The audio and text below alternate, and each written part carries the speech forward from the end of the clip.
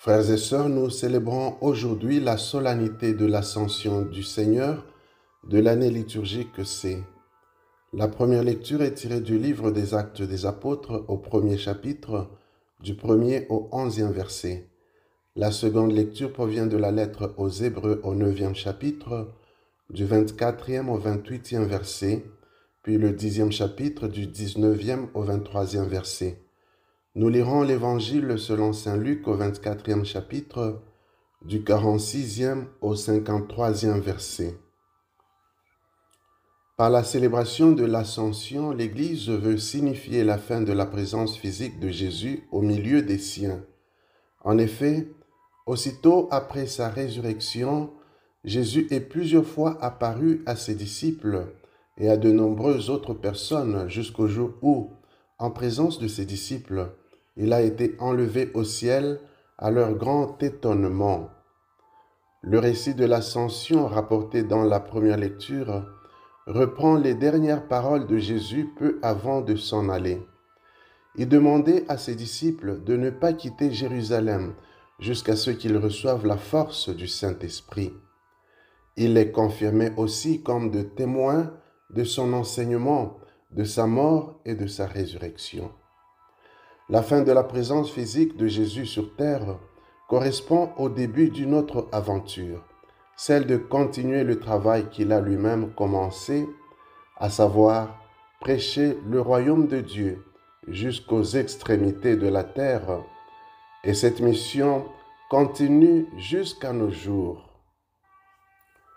À l'instar des disciples, nous avons la tâche de témoigner de Jésus qui nous assiste toujours en nous donnant la force de son esprit. La mission de témoigner de Jésus ne consiste pas seulement à parler de lui, mais aussi à vivre conformément à l'enseignement qu'il nous a laissé.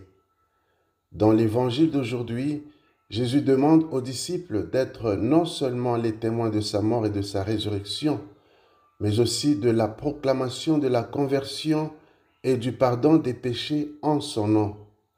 Il promet aussi de leur envoyer la force de l'Esprit pour les aider à mieux témoigner.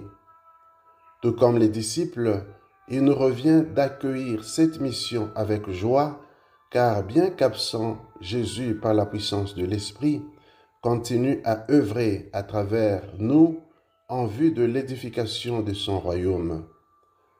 Pour l'auteur de la lettre aux Hébreux, de par son entrée au ciel, Jésus nous ouvre le chemin vers le Père. Ainsi pouvons-nous oser nous avancer vers Dieu avec un cœur sincère et dans la plénitude de la foi.